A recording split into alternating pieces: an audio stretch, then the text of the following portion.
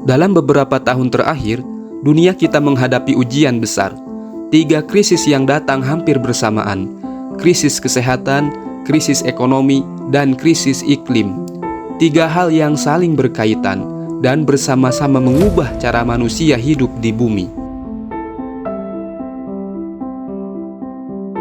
Ketika krisis kesehatan global datang, seluruh dunia berhenti.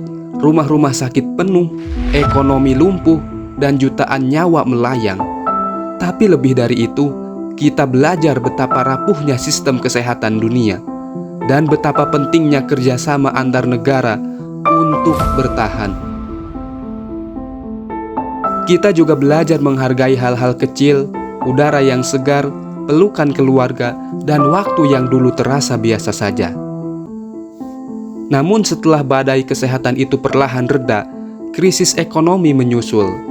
Harga kebutuhan pokok melonjak, pengangguran meningkat, dan jurang kesenjangan sosial makin dalam. Banyak orang kehilangan pekerjaan, bisnis kecil gulung tikar, dan sebagian besar masyarakat harus berjuang hanya untuk bertahan hidup. Sementara itu, para pengambil kebijakan berdebat tentang siapa yang harus disalahkan dan siapa yang harus diselamatkan.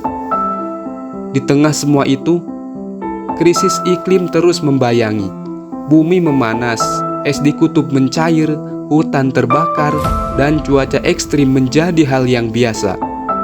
Air bersih semakin langka, tanah menjadi tandus, dan kehidupan laut perlahan menghilang. Krisis ini bukan lagi masalah masa depan, ini sudah terjadi sekarang. 3 krisis ini, kesehatan, ekonomi, dan iklim, bukanlah masalah yang berdiri sendiri. Mereka saling terhubung, saling memperkuat, dan jika tidak diatasi bersama, bisa menghancurkan masa depan generasi berikutnya.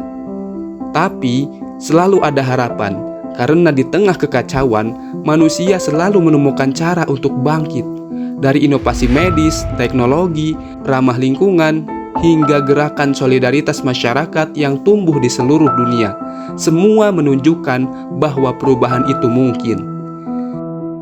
Kini, pertanyaannya bukan lagi siapa yang salah, melainkan apa yang bisa kita lakukan. Apakah kita akan tinggal diam dan menunggu dunia runtuh, atau ikut bergerak sekecil apapun langkahnya untuk menyelamatkan bumi dan sesama manusia?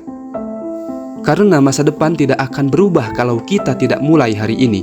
Dari diri sendiri, dari rumah kita, dari keputusan kecil yang kita buat setiap hari.